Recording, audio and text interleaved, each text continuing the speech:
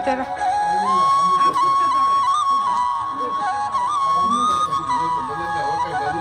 ಅಷ್ಟೇ ಹಾಕೋದು. ಇನ್ನೊಂದ್ಸಲ ಕಿತ್ಕೊಡೋ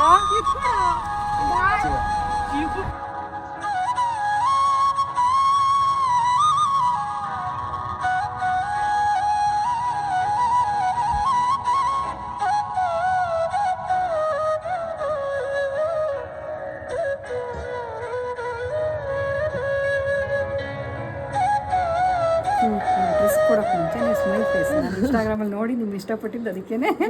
ಹಾಗಾಗಿ ನಿಮ್ಮ ಹಾಗೆ ನಿಮ್ಮ ಡ್ರೆಸ್ಸಸ್ಸು ಕೂಡ ಕ್ವಾಲಿಟಿ ಚೆನ್ನಾಗಿದೆ, ಅದು ನನಗೆ ಇಷ್ಟ ಆಯಿತು.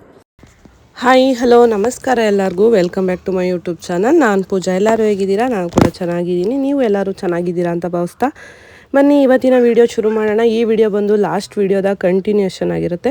ನಮ್ಮೂರಲ್ಲಿ ಜಾತ್ರೆ ಆಗಿ ನೆಕ್ಸ್ಟ್ ಡೇ ನಾನ್ ವೆಜ್ನ ಮಾಡ್ತೀವಿ. ಮನೆಯಲ್ಲಿರೋವಂಥ ಎಲ್ಲ ನೆಂಟರಿಗೆ ನಾನ್ ವೆಜ್ ಅಡುಗೆನ ಮಾಡಿ ಊಟ ಮಾಡಿಕೊಂಡು ಎಲ್ಲರೂ ಅವತ್ತು ಹೋಗ್ತಾರೆ. ಬನ್ನಿ ಇವತ್ತು ನಮ್ಮ ದಿನ ಹೇಗಿರುತ್ತೆ ಅಂತ ನಿಮ್ಮ ಜೊತೆ ಕೂಡ ಶೇರ್ ಮಾಡ್ತೀನಿ. ವಿಡಿಯೋನ ಕೊನೆವರೆಗೂ ನೋಡಿ.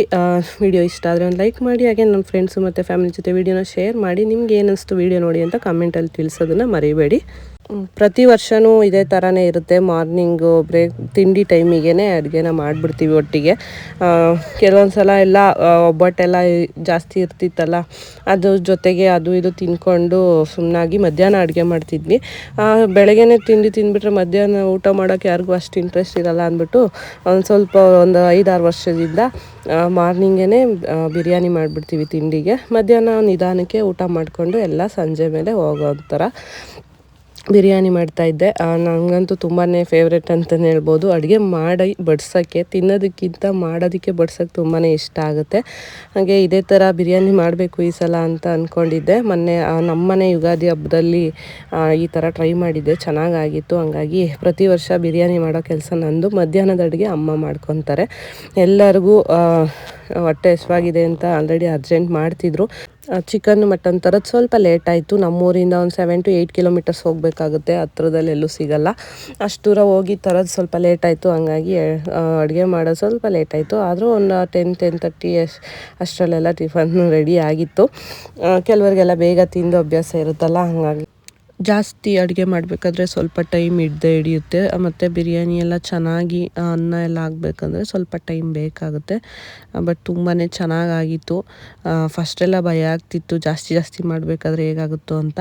ಬಟ್ ಇವಾಗ ಒಂದು ಸ್ವಲ್ಪ ಅಭ್ಯಾಸ ಆಗಿದೆ, ಹಾಗಾಗಿ ಚೆನ್ನಾಗೇ ಆಗುತ್ತೆ. ಇಷ್ಟಪಟ್ಟು ಖುಷಿಯಿಂದ ಮಾಡಿದ್ರೆ ಯಾವ ಅಡುಗೆ ಕೂಡ ಕೆಡೋದಿಲ್ಲ, ಎಲ್ಲದು ಚೆನ್ನಾಗೇ ಆಗುತ್ತೆ. ಬಿರಿಯಾನಿ ರೆಡಿ ಆಗೋ ಅಷ್ಟರಲ್ಲಿ ಮೊಸರು ಬಜ್ಜಿಗೂ ಕೂಡ ರೆಡಿ ಮಾಡ್ತಿದ್ದೆ. ನಮ್ಮ ಮನೆಯಲ್ಲೇ ಮಾಡಿರೋವಂಥ ಮೊಸರು, ಫುಲ್ ಗಟ್ಟಿ ಮೊಸರು, ತುಂಬಾ ಚೆನ್ನಾಗಿರುತ್ತೆ ಟೇಸ್ಟು. ನಾವು ಹೊರಗಡೆ ಎಷ್ಟೇ ದುಡ್ಡು ಕೊಟ್ಟು ತಂದರೂ ಮನೆಯಲ್ಲಿ ಮಾಡಿರೋ ಥರ ಹಾಲು ಮೊಸರು ಟೇಸ್ಟ್ ಸಿಗಲ್ಲ ಪ್ಯಾಕೆಟಲ್ಲಿ ಬರೋವಂಥದ್ದು. ನಾವು ಊರಿಗೆ ಹೋದಾಗ ಹಾಲು ಮೊಸರು ತುಪ್ಪಕ್ಕಂತೂ ಇಲ್ಲ. ನಮ್ಮ ಅಮ್ಮನೇ ಬೈತಾ ಇರ್ತಾರೆ, ಹಾಲು ಕುಡಿಯಲ್ಲ, ಮೊಸರು ಮಜ್ಜಿಗೆ ಕುಡಿಯಲ್ಲ ಅಂತ. ಬಟ್ ಊರಿಗೆ ಹೋದಾಗ ಮಾತ್ರ ಮಿಸ್ ಮಾಡಲ್ಲ. ಹಾಲು ಮೊಸರು ತುಪ್ಪ ಎಷ್ಟು ಬೇಕಾದರೂ ತಿನ್ಬೋದು. ಮನೇಲೆ ಹಸು ಇರೋದ್ರಿಂದ ಹಾಲಾಗುತ್ತಲ್ಲ, ಹಾಗಾಗಿ ಫೈನಲಿ ಎಲ್ಲರೂ ಕಾಯ್ತಾ ಇದ್ದಾರೆ ಈಗ ಬಿರಿಯಾನಿಗೆ. ತುಂಬಾ ಚೆನ್ನಾಗಾಗಿತ್ತು. ರೆಸಿಪಿ ವಿಡಿಯೋ ಮಾಡೋಣ ಅಂತ ಅಂದ್ಕೊಂಡೆ, ಬಟ್ ಟೈಮು ತುಂಬಾ ಕಡಿಮೆ ಇತ್ತು ನಮ್ಮ ಹತ್ರ. ಹಂಗಾಗಿ ಎಲ್ಲ ಫಾಸ್ಟಾಗಿ ಮಾಡಿದ್ದಾಯಿತು. ಸಿಕ್ಕಾಬಟ್ಟೆ ಬಿಸಿಲು ಬೀಳ್ತಾ ಇದೆ ಅದ್ರ ಬಿರಿಯಾನಿ ಮೇಲೇ, ಹಂಗಾಗಿ ಅದು ನೀಟಾಗಿ ಕಾಣಿಸ್ತಿಲ್ಲ. ಬಟ್ ಟೇಸ್ಟ್ ಅಂತೂ ತುಂಬಾ ಚೆನ್ನಾಗಾಗಿತ್ತು. ಅದು ಖುಷಿ ಆಯಿತು ನನಗೂ ಕೂಡ. ಮತ್ತು ಎಲ್ಲರೂ ಚೆನ್ನಾಗಿ ಹೊಟ್ಟೆ ಹಸ್ಕೊಂಡು ಇವಾಗ ಬಿರಿಯಾನಿ ತಿಂತಾ ಇರೋದು. ಈಗ ರಿವ್ಯೂ ಹೇಳ್ತಾರೆ. ಮಾವನ್ ಕೇಳ್ಬೇಕು ಫಸ್ಟು. ಹೇಳು ಮಾಮ, ಹೆಂಗೈತೆ? ಬೇಸಿಗೆಯಲ್ಲಿ ಖಾರ ಜಾಸ್ತಿ ತಿನ್ಬಾರ್ದು. ಏನಾಗೈತಿ ಈಗ? ಆಮೇಲೆ ಇದು ಬೀಸು ಅನ್ನ ಬೆಂದೈತಾ? ಹಾ ಅಷ್ಟೇ ಹಾಕೋದು. ಅಂಕಲ್ ಹೆಂಗೈತೆ ಹೇಳಿ? ನಮ್ಮ ಅತ್ತೆ ಕೇಳಮ್ಮ, ಹೆಂಗೈತೆ? ಹಾಂ ಸುಮ್ಮನೆ ಹೇಳ್ಬಾರ್ದು, ನೀ ಕರೆಕ್ಟಾಗಿ ಹೇಳ್ರಿ ಆಂಟಿ.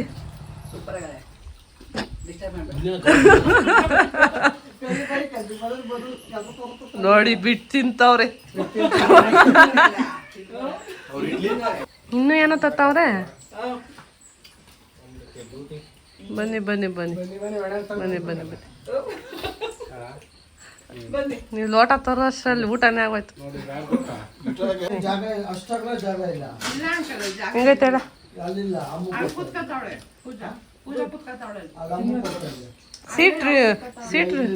ಸೀಟ್ ರಿಸರ್ವ್ ಆಗೈತೆ. ಫೈನಲಿ ಎಲ್ಲರಿಗೂ ಬಡಿಸಿದಾದ್ಮೇಲೆ ಇವಾಗ ನಾನು ಬಿರಿಯಾನಿ ತಿನ್ನೋಣ ಅಂತ ಕೂತಿದ್ದೀನಿ. ಏನೋ ಒಂಥರ ಖುಷಿ ಆಗುತ್ತೆ ಎಲ್ಲರಿಗೂ ಅಡುಗೆ ಮಾಡಿ ಈ ಥರ ಬಡಿಸೋದಕ್ಕೆ. ನಾನು ಲಾಸ್ಟಲ್ಲಿ ನಾನು ಮತ್ತು ಅಮ್ಮ ಲಾಸ್ಟು ಕೂತ್ಕೊಂಡು ನಾವು ಕೂಡ ಬಿರಿಯಾನಿ ತಿಂದು ಹಾಗೆ ಎಲ್ಲರ ಜೊತೆ ಒಂದು ಸ್ವಲ್ಪ ಹೊತ್ತಾಗೆ ಟೈಮ್ ಸ್ಪೆಂಡ್ ಮಾಡಿದ್ವಿ. ಅಷ್ಟರಲ್ಲಿ ಅಮ್ಮನ ಅಡುಗೆ ರೆಡಿ ಆಯಿತು. ಮಟನ್ ಸಾಂಬಾರು ಮತ್ತು ಚಿಕನ್ನಲ್ಲಿ ನಾನು ಮಟನ್ ತಿನ್ನಲ್ಲ ಅಂದ್ಬಿಟ್ಟು ಚಿಕನಲ್ಲಿ ಸಾಂಬಾರು ಮಾಡಿದರು. ಹಾಗೆ ಒಂದು ಮೊಟ್ಟೆ ಪಲ್ಯ ಮತ್ತು ನಮ್ಮ ಮಾವನ ಮಗ ಮೊಟ್ಟೆ ಪಲ್ಯ ಮಾಡಿದ್ದ. ಮತ್ತು ಅಮ್ಮ ಇನ್ನೊಂದು ಹಂಗೆ ಚಿಕನಲ್ಲೊಂದು ಪಲ್ಯ ಥರ ಮಾಡಿದರು. ಏನೇನೋ ಮಾಡ್ತಿರ್ತಾರೆ, ಬಟ್ ಮನೆಗೆ ಬಂದಿರೋರೆಲ್ಲ ಖುಷಿಯಾಗಿ ಹೋಗಬೇಕು ಅನ್ನೋದಷ್ಟೇ ಅವರ ಒಂದು ಇದು. ಈಗ ನಾನು ಮತ್ತು ನಮ್ಮ ಅತ್ತೆ, ಇವರು ನಮ್ಮ ಅಪ್ಪನ ಅಕ್ಕ, ಅವರು ಮುದ್ದೆ ತಿರುವಿ ಕೊಡ್ತಾಯಿದ್ದಾರೆ. ಇವಾಗ ನಾನು ಕಟ್ತಾಯಿದ್ದೀನಿ. ಈ ಕಡೆಯವ್ರಿಗೆಲ್ಲ ಈ ಬಿರಿಯಾನಿ ಅದು ಇದೆಲ್ಲ ಅವರು ಅಷ್ಟು ಇಷ್ಟಪಡಲ್ಲ. ಸಾಂಬಾರು ಜೊತೆ ಈ ಥರ ಬಿಸಿ ಬಿಸಿ ಮುದ್ದೆ ಇದ್ದರೆ ಅದರ ಮುಂದೆ ಬೇರೆ ಏನು ಬೇಡ ಅಂತಾರೆ. ಹಂಗೇ ಅಷ್ಟೇ ಚೆನ್ನಾಗಿತ್ತು ಮಧ್ಯಾಹ್ನ ಊಟ ಕೂಡ. ಹಬ್ಬ ಅಂದರೆ ಇದೆ ಅಲ್ವಾ, ಚೆನ್ನಾಗಿ ಮಾಡ್ಕೊಂಡು ತಿನ್ನೋದು, ಬಂದಿರೋರ ಜೊತೆ ಚೆನ್ನಾಗಿ ಮಾತಾಡೋದು, ಅವ್ರ ಜೊತೆ ಟೈಮ್ ಸ್ಪೆಂಡ್ ಮಾಡೋದು. ನನಗಂತೂ 2 ದಿನ ಹೇಗೆ ಹೋಯ್ತು ಅಂತಲೇ ಗೊತ್ತಾಗಲಿಲ್ಲ. ತುಂಬಾ ಬೇಗ ಬೇಗ ಟೈಮ್ ಹೋಗ್ತಿತ್ತು. ಆದರೆ ಇಲ್ಲಿ ಮಿಸ್ ಮಾಡ್ಕೊತಿರೋದು ನಮ್ಮ ಮನೆಯವರು ಮತ್ತು ಮಕ್ಕಳನ್ನ. ಊಟ ಮುಗಿಸ್ಕೊಂಡು ನಾನು ಹೊರಟ್ಬಿಡೋಣ ಅಂತ ಅಂದ್ಕೊಂಡಿದ್ದೆ. ಯಾಕಂದರೆ ಅವರು ಪಾಪ ಅಲ್ಲಿ ಇದ್ರಲ್ಲ, ಬಂದಿರಲಿಲ್ಲ. ಹಂಗಾಗಿ ಬೇಗ ಬೇಗ ಊಟ ಎಲ್ಲ ಈಗ ಮತ್ತೊಂದು ರೌಂಡು ಊಟ ಮಾಡಿಕೊಂಡು ಎಲ್ಲರಿಗೂ ಊಟ ಬಡಿಸಿ ಬೇಗ ಬೇಗ ಹೊರಡೋಣ ಅಂತೆಲ್ಲ ರೆಡಿ ಆದ್ವಿ. ಮಕ್ಕಳಿಗೆ ಅಮ್ಮ ಎಲ್ಲ ಪಾರ್ಸಲ್ ಮಾಡಿ ಕೊಟ್ಟರು, ತಗೊಂಡೋಗು ಅಂದ್ಬಿಟ್ಟು ಕಾಯ್ತಿರ್ತಾರೆ ಅಂತ. ಎಕ್ಸಾಮ್ ಮುಗಿಸ್ಕೊಂಡು 1 ಗಂಟೆಗೆಲ್ಲ ಮನೆಗೆ ಬಂದುಬಿಟ್ಟಿರ್ತಾರೆ. ಆದರೂ ಕೂಡ ಅಲ್ಲಿಂದ ಬಂದು ಮತ್ತೆ ಹೋಗೋದು, ನೆಕ್ಸ್ಟ್ ಡೇ ಕೂಡ ಎಕ್ಸಾಮ್ ಇತ್ತು, ರಿಸ್ಕ್ ಆಗುತ್ತೆ ಬೇಡ ಅಂದ್ಬಿಟ್ಟು ನಮ್ಮ ಅವ್ರು ಹೇಗೂ ಹೊರಟಿದ್ರು ಕುಣಿಗಲ್ಗೆ, ಅವ್ರ ಜೊತೆಲೇ ಹೋಗ್ಬಿಡೋಣ ಅಂತ ಅಂದ್ಕೊಂಡು ಊಟ ಮಾಡ್ತಾಯಿದ್ದೀವಿ. ಹೇಗೋಯ್ತು ಅಂತಲೇ ಗೊತ್ತಾಗಲಿಲ್ಲ. ಬರಬೇಕಾದ್ರೆ ಸ್ವಲ್ಪ ಬೇಜಾರಾಗ್ತಿತ್ತು.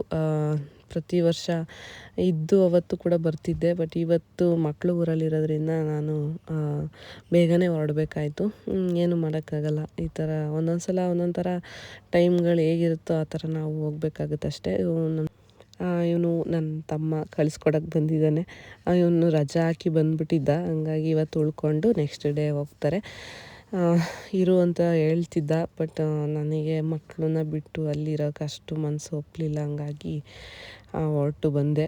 ಬರಬೇಕಾದ್ರೆ ಇವರು ನಮ್ಮ ನೈಬರು, ನಮ್ಮ ಪಕ್ಕದ ತೋಟದವರು, ಫ್ಯಾಮಿಲಿ ಮೆಂಬರ್ಸ್ಗಿಂತ ಜಾಸ್ತಿ ಅಂತಲೇ ಹೇಳ್ಬೋದು.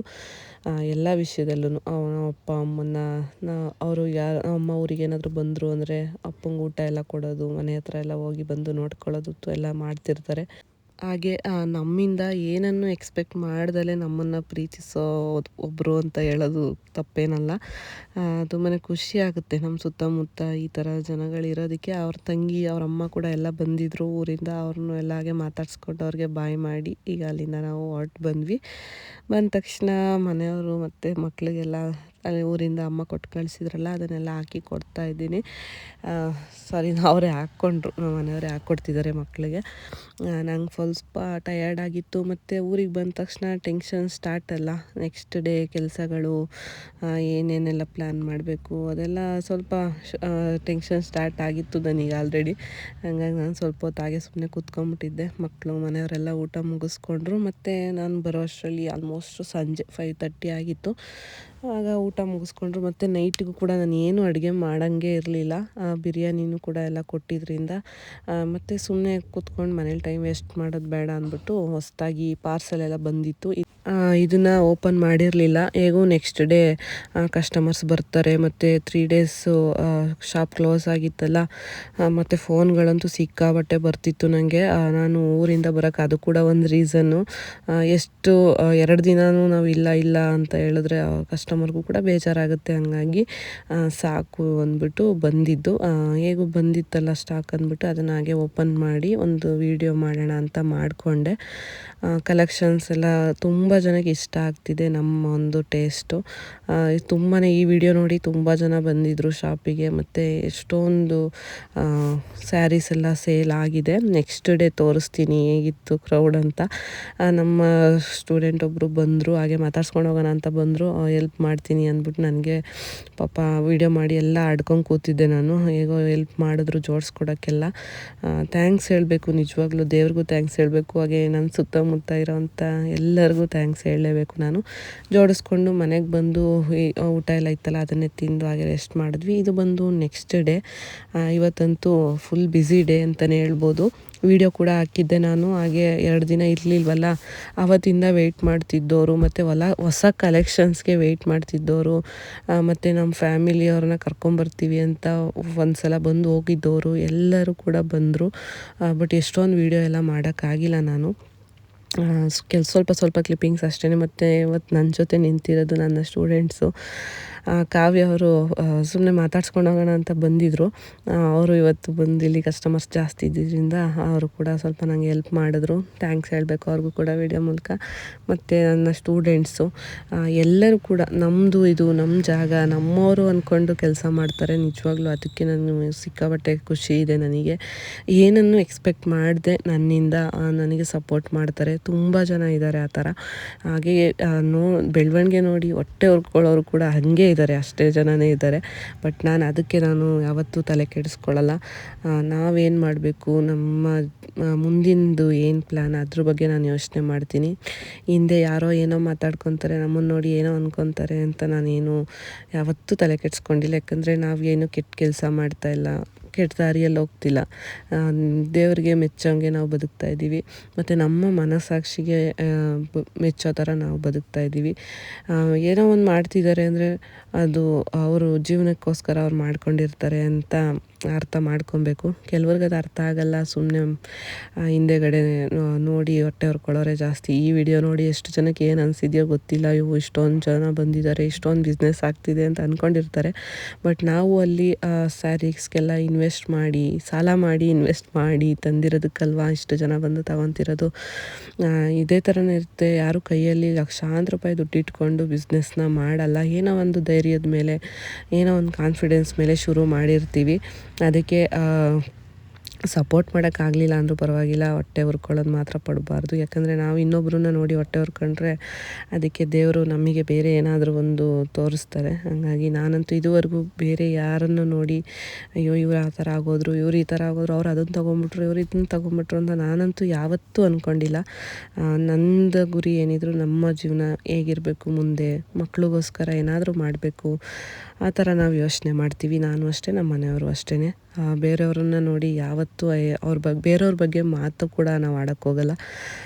ನಮ್ಮ ಜೀವನದ ಬಗ್ಗೆ ಯೋಚನೆ ಮಾಡೋಕ್ಕೆ ನಮಗೆ ಟೈಮ್ ಸಾಕಾಗ್ತಿಲ್ಲ. ಹಂಗಾಗಿ ಇನ್ನೊಬ್ಬರ ಬಗ್ಗೆ ಯೋಚನೆ ಮಾಡಿ ಟೈಮ್ ವೇಸ್ಟ್ ಮಾಡ್ಕೊಳ್ಳೋ ಅಷ್ಟು ಟೈಮ್ ಇಲ್ಲ ನಮಗೆ. ತುಂಬಾ ಖುಷಿ ಆಯಿತು. ಹಾಗೆ ತುಂಬ ಒಳ್ಳೆ ರಿವ್ಯೂ ಕೂಡ ಕೊಡ್ತಿದ್ದೀರಾ ವೀಡಿಯೋಸ್. ಇದು ಎಷ್ಟು ಜನ ನನ್ನ ಕಸ್ಟಮರ್ಸ್ ನೋಡ್ತಾರೆ ನಂಗೆ ಗೊತ್ತಿಲ್ಲ. ತುಂಬಾ ಖುಷಿ ಆಗುತ್ತೆ. ಇಷ್ಟಪಟ್ಟು ಬಂದು ಶಾಪಿಂಗ್ನ ಮಾಡ್ಕೊಂಡು ಹೋಗ್ತಿದ್ದಾರೆ. ಹಾಗೆ ಕ್ವಾಲಿಟಿ ಆಗಿರ್ಬೋದು, ಪ್ರೈಸ್ ಆಗಿರ್ಬೋದು, ಎಲ್ಲದಕ್ಕೂ ಸ್ಯಾಟಿಸ್ಫೈ ಇದೆ. ಅವ್ರಿಗೂ ಕೂಡ ನನಗೂ ಕೂಡ. ಏನನ್ನಿಸ್ತು? ಕ್ವಾಲಿಟಿ ಇಷ್ಟ ಆಯಿತು. ಎಸ್ಪೆಷಲಿ ನಿಮ್ಮ ಸ್ಮೈಲ್ ಇಷ್ಟ ಆಯಿತು ನನಗೆ. Thank you. ಡಾಕ್ಟರ್ ಹತ್ರ ಪೇಷಂಟ್ ಹೋದಾಗ ಅವರು ಕಾಯಿಲೆ ಹುಷಾರು ಮಾಡೋಕ್ಕೆ ಮೆಡಿಸನ್ಗಿಂತ ಅವರು ಸ್ಮೈಲ್ ಫೇಸು ಅಥವಾ ನೋಡಿದ ತಕ್ಷಣ 50% ಕ್ಯೂರ್ ಆಗುತ್ತೆ. ಸೊ ಹಾಗೆ ನೀವು ಡ್ರೆಸ್ ಕೊಡೋಕೆ ಮುಂಚೆ ನೀವು ಸ್ಮೈಲ್ ಫೇಸ್ ನಾನು ಇನ್ಸ್ಟಾಗ್ರಾಮಲ್ಲಿ ನೋಡಿ ನಿಮ್ಗೆ ಇಷ್ಟಪಟ್ಟಿದ್ದು ಅದಕ್ಕೇ. ಹಾಗಾಗಿ ನಿಮ್ಮ ಹಾಗೆ ನಿಮ್ಮ ಡ್ರೆಸ್ಸಸ್ಸು ಕೂಡ ಕ್ವಾಲಿಟಿ ಚೆನ್ನಾಗಿದೆ. ಅದು ನನಗೆ ಇಷ್ಟ ಆಯಿತು. ಸ್ಯಾರಿ ಯಾವುದೋ ಒಂದು ನೋಡಿ ವಿಡಿಯೋದಲ್ಲಿ ಒಂದು ನೋಡಿದ್ದು ಅಂದ್ರಿ ಅಲ್ವಾ? ನೋಡಿದ್ದೆ. ಅದೇ ಗ್ರೀನ್ ಮತ್ತೆ ರೆಡ್ ನೀವು ಹಳ್ಳಿಗೆ ಹೋಗಿದ್ದು ಹಾಕಿದ್ರಲ್ಲ, ಅದು ತುಂಬಾ ಇಷ್ಟ ಆಯ್ತು. ಅದಕ್ಕೆ ಅಂತ ಬಂದೆ. ಒಂದು ಅಂತ ತಗೊಳಕ್ ಬಂದು ನೋಡಿ ಇಷ್ಟು ತಗೊಂಡಿದ್ದೀನಿ. ಎಲ್ಲ ಕ್ವಾಲಿಟಿನೂ ಚೆನ್ನಾಗಿದೆ. 4 ಸ್ಯಾರಿ, 4 ಟಾಪು, 3 ಪೇರ್ ಡ್ರೆಸ್. ಒಂದು ಸ್ಯಾರಿ ತಗೊಳ್ತೀನಿ ಅಂತ ಹಸ್ಬೆಂಡ್ಗೆ ಬಂದಿದ್ದು. ವಿಡಿಯೋ ನೋಡಿದ್ರು ಅವ್ರಿಗೆ ತೋರಿಸ್ತೀನಿ ಹೋಗಿ. ಅದಕ್ಕೆ ಇದನ್ನೆಲ್ಲ ಇಟ್ಟೋಗೋಣ ಅಂದ್ಕೊಂಡೆ, ಬಟ್ ವಿಡಿಯೋ ಮಾಡ್ತಾ ಇದ್ದೀರಲ್ಲ ಗೊತ್ತಾಗುತ್ತೆ, ತೋರಿಸ್ತೀನಿ ಹೋಗಿ. ಓಕೆ, ಕ್ವಾಲಿಟಿ ಇಷ್ಟ ಆಯ್ತು ನನಗೆ. ಇದು ಹೀಗೆ ಮೇಂಟೈನ್ ಮಾಡ್ಕೊಂಡು ಹೋಗಿ. Thank you. ನನ್ನ ಫ್ರೆಂಡ್ಸ್ನ ಹೇಳೋದೇ ಬೇಡ, ನನಗೆ ನಾವು ಅವೇರ್ ಮಾಡಿದ್ರೆ ಸಾಕು, ಅವ್ರು ಕೇಳ್ತಾರೆ ತಗೊಂಡಿದ್ದು ಅಂತ.